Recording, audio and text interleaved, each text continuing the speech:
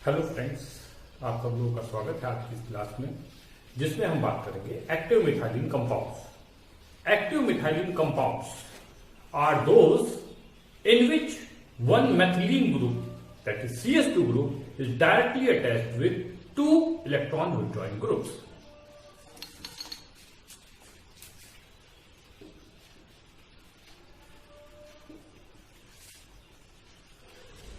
कोई भी दुनिया का वो कंपाउंड जिसमें एक CS2 ग्रुप दो इलेक्ट्रॉन विड्रॉइंग ग्रुप के साथ जुड़ा हुआ होता है, हम उसको एक्टिव मिथाइलिन कंसीडर करते हैं। अब ये एक्टिव मिथाइलिन को की नेचर को पहले समझने के लिए हमें पहले डिस्कस करना पड़ेगा अल्फा हाइड्रोजन या एक्टिव हाइड्रोजन क्या होता है। तो पहले हम बात कर लेते हैं एक्टिव हाइड्रोजन की। तो जैसे ही हम एक्टिव हाइड्रोजन के बारे में जानेंगे, हमें पता लग जाएगा क्यों CS2 एक्टिव मिथाइलिन ग्रुप बोला जाता है।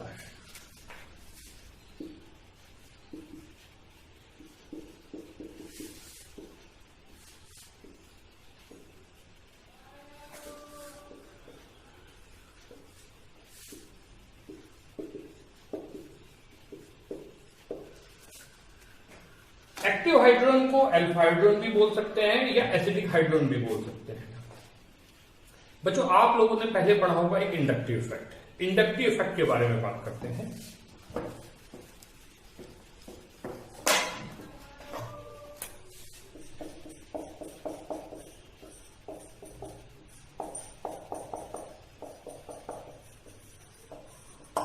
Inductive effect Inductive effect is a permanent displacement of shared pair of electron of a saturated bond towards more electronegative atom.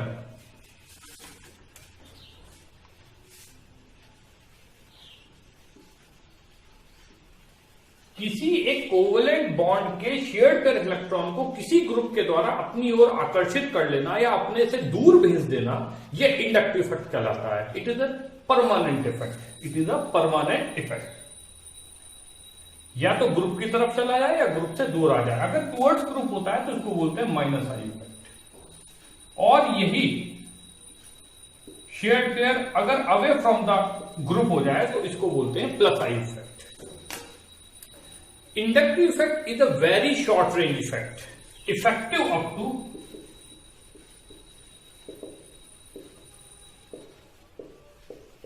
Second bond only. Effective up to second bond. केवल second bond तक effective रहता है, बहुत छोटा कम effect होता है। अब इसके अगर इलेक्ट्रॉन खींचने की क्षमता सेकंड बॉन्ड तक है, इसके बियॉन्ड नहीं होती, समटाइम्स थर्ड बॉन्ड तक भी अप्रोच करता है, अदरवाइज यूजुअली ये सेकंड बॉन्ड तक ही इफेक्टिव रहता है। तो पूरी इलेक्ट्रॉन डेंसिटी ग्रुप की ओर शिफ्ट हो जाती है और बराबर में मौजूद कार्बन के हाइड्रोजन पर एक पार्शियल पॉजिटिव चार्ज रहता है।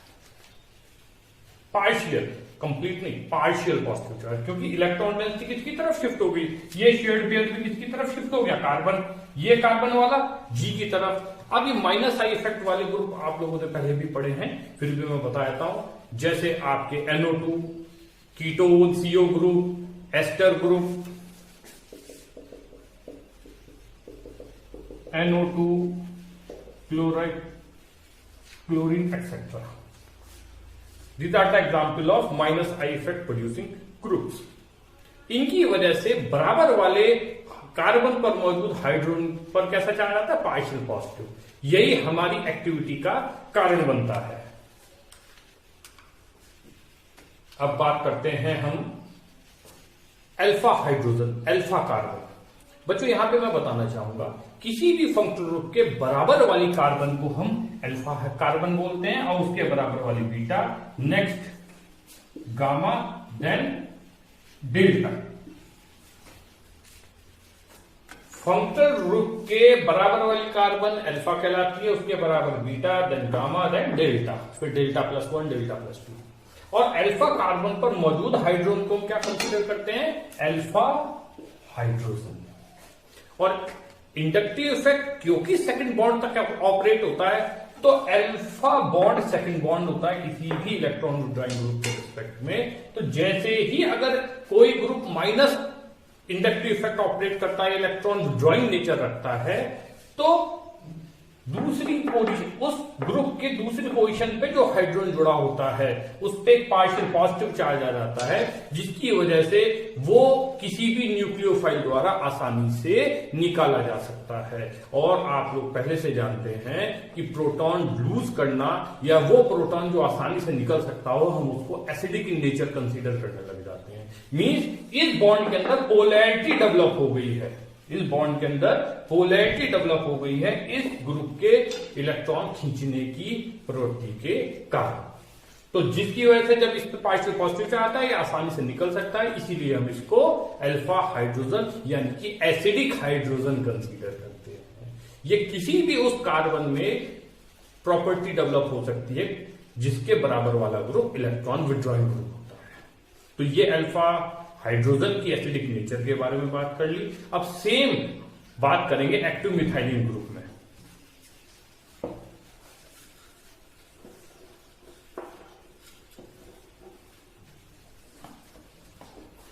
एक्टिव मिथाइलिन ग्रुप में हमने जैसा डेफिनेशन में बोला, कोई भी वो CH2 ग्रुप जिसके दो वैलेंसी किसी इलेक्ट्रॉन विड्रॉइंग ग्रुप से सेटिस्फाई होती हो। ये दो कार्बोनिल ग्रुप लगा दिए एक CH2 ग्रुप के बराबर में। अब as we know that the nature of carbonyl is minus I effect, यानी कि electron withdrawing in nature, both are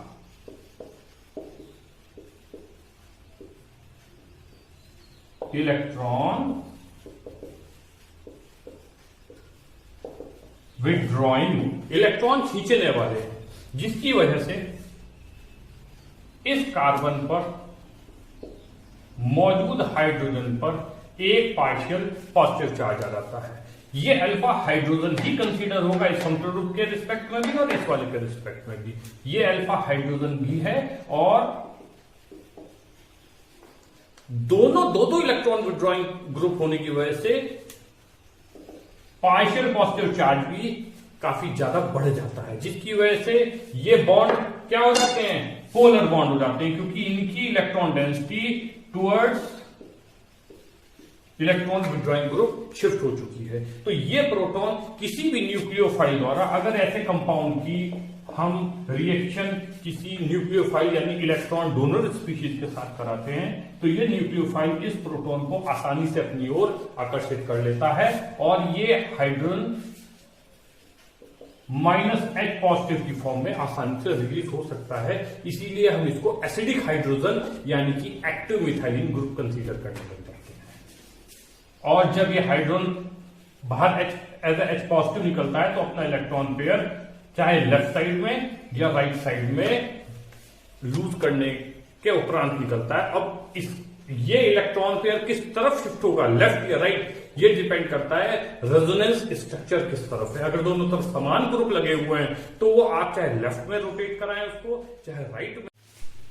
लेकिन अगर दोनों तरफ डिफरेंट काइंड के फंक्शनल ग्रुप हों, जैसे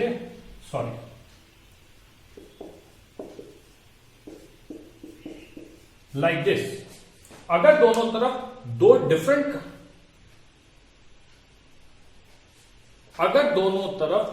डिफरेंट काइंड के फंक्शनल ग्रुप हैं, उस केस में जैसे ये कंपाउंड बीटा कीटोएस्टर एक एग्जांपल दिया है,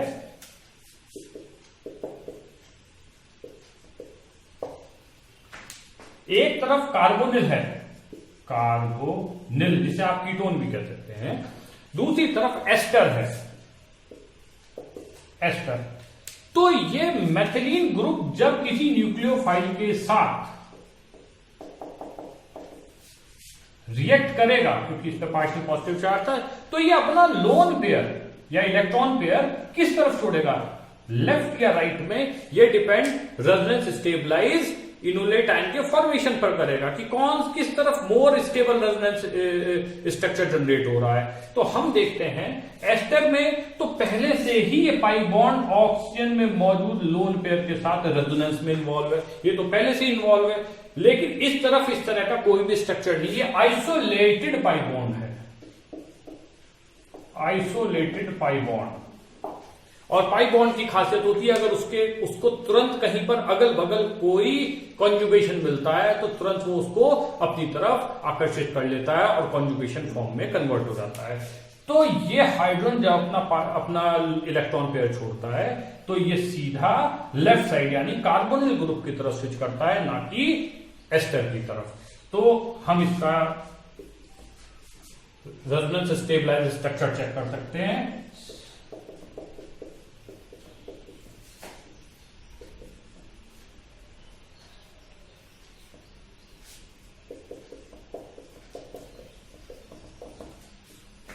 जैसे ही कार्बन के ऊपर निगेटिव चार्ज यानी कार्बन आयन बनता है, ये अपना इलेक्ट्रॉन पेयर आसानी से रेजोनेट करा सकता है कार्बन बराबर वाले कीटोन के पाई बॉन्ड के साथ। इसीलिए डिफरेंट काइंड के फंक्शनल ग्रुप में जो फंक्शनल ग्रुप रेजोनेंस शो कर सकता है, हाइड्रोजन का इलेक्ट्रॉन पेयर उसकी तरफ स्विच करता है। अब हम इस कंसेप्ट को किसी रिएक्शन के दौरान देखेंगे।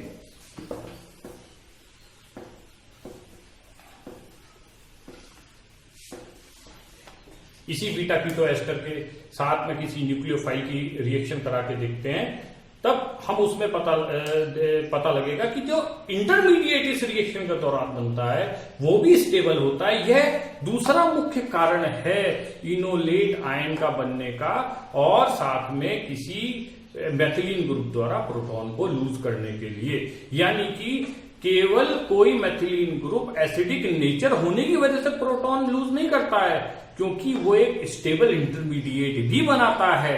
ये दूसरा मुख्य इंपॉर्टेंट पॉइंट होता है, क्योंकि किसी भी रिएक्शन के लिए दो मुख्य बिंदु होते हैं, रिएक्शन कंडीशन, दूसरा फॉर्मेशन ऑफ स्टेबल इंटरमीडिएट। तो अब इस कंपाउंड में हम देखेंगे स्टेबिलिटी ऑफ इंटरमीडिएट।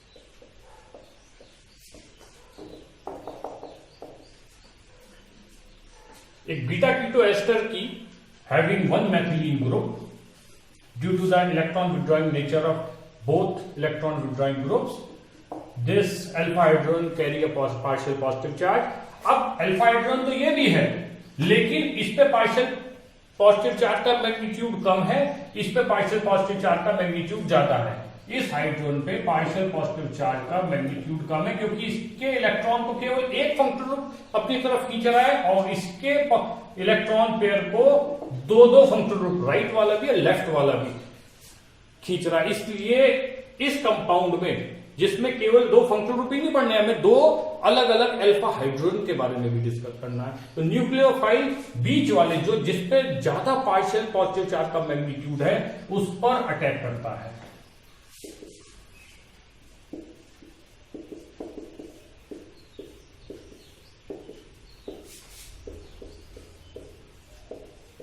और ये कार्बन आयन बनाएगा। ये कार्बन आयन ये सिंगल स्टेप है, सिंगल स्टेप, इसको हम और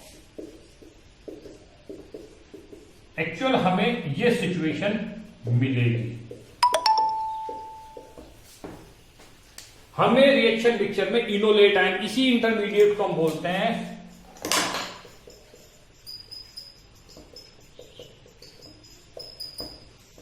और ये रेजोनेंस करता है, ये एक दूसरे में आपस में रेजोनेंस करते रहते हैं, इसीलिए क्या होते हैं, स्टेबल होते हैं। तो कोई भी मैथिलीन ग्रुप क्यों प्रोटॉन लूज करता है, क्यों उसका हाइड्रोजन एसिडिक कहलाता है, उसके दो कारण हैं। एक तो polar bond due to the minus I effect of adjacent placed electron withdrawing groups, दूसरा फॉर्मेशन ऑफ स्टेबल इंटरमीडिएट जो इनोलेट आयन होता है, जिसकी वजह से ये विभिन्न प्रकार की अभिक्रियाओं में यूज किया जाता है। तो ये एक्टिव मिथाइलिन कंपाउंड्स की या ग्रुप्स की हैविंग कंपाउंड्स जो इस तरह के ग्रुप्स रखते हैं उनके बारे में अगले वीडियो लेक्चर में हम आगे बात करेंगे और डिटेल में इसके बारे में पढ़ेंगे। इसका जैसे फॉर एग्जांपल क्लेजन कंडेंसेशन। तो आज के वीडियो के लिए हम यहीं पर अपना बात खत्म करते हैं।